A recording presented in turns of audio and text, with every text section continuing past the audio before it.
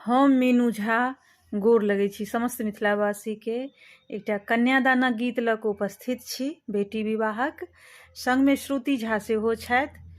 कोशिश करै छी अपने लोकनिके नीक लागै। धन्यवाद। जय मिथिला, जय मैथिली। जंघिया चढ़ाए बाबा बैसला मंडप पर, जंघिया चढ़ाए बाबा बैसला मंडप पर। अब बाबा करू धिया दान है, आहे अब बाबा करू धिया दान है। तर करू हाथ वर कन्या करू ऊपर, तर करू हाथ वर कन्या करू ऊपर। ताही में शोभै दुभिधान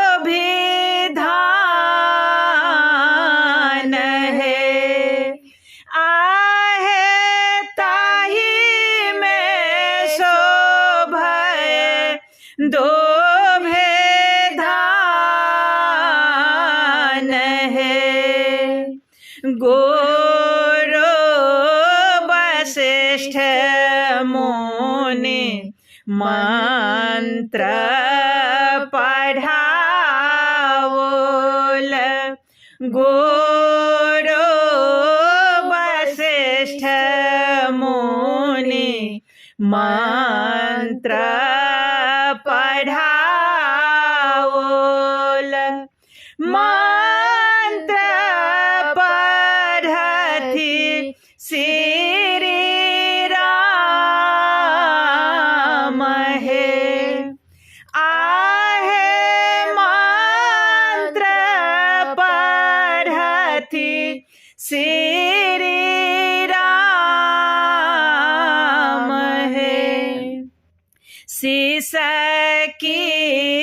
शीशा के रोबे मैया सुनैना, आजू धिया होई छथि बीरान है, आहे आजू धिया होई छथि बीरान है। जाहे धिया लय नटुआ नचाओल, सेहो धिया होई छथि बीरान है। चुप रहो मैया हे सुनैना, इहो ठीक जगत व्यवहार है, आहे इहो ठीक जगत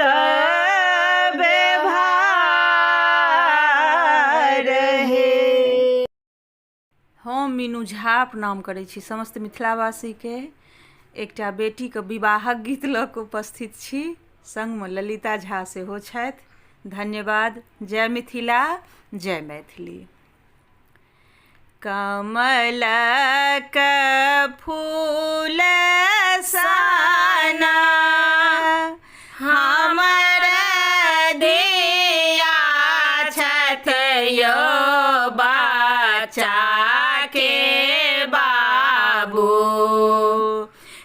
कमला का फूल साना हमारा ध्येया छथियो बच्चा के बाबू जो ही आनलौं धिया के खाबा सयो बच्चा के बाबू जो ही आनलौं धिया के खाबा सयो बच्चा के बाबू चलहु के बेरा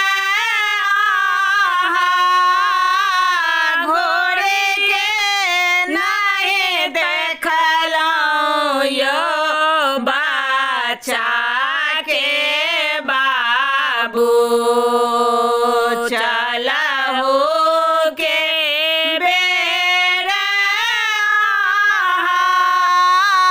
घोड़े के नहीं देखलौं यो बच्चा के बाबू धिया गोदिया के नहीं काज यो बच्चा के बाबू धिया गोदिया के नहीं काज यो बच्चा के बाबू आने दिया जहर माहौर खाए हम मरब यो बच्चा के बाबू आने दिया जहर माहौर खाए हम मरब यो बच्चा के बाबू हाथे लेबा पाना परान यो बच्चा के बाबू हाथे लेबा पाना परान यो बच्चा के बाबू। हम मीनू झा प्रणाम करै छी समस्त मिथिलावासी के। आइ हम एकटा महेशवाणी गा बजा रहल छी, संग दऽ रहल अछि श्रीमती माला झा। नीक लागत तऽ लाइक शेयर जरूर करब। धन्यवाद। जय मिथिला, जय मैथिली। बेटी हमर सकल गुण आगर, बेटी हमर सकल गुण आगर, गौरे राज दुलारे गे माए, गौरे राज दुलारे गे माए, तिनका उचित बड़ाई नहीं थे काने, तिनका उचित बड़ाई नहीं थी काने, बोढ़ करो पभे खारे गे माए,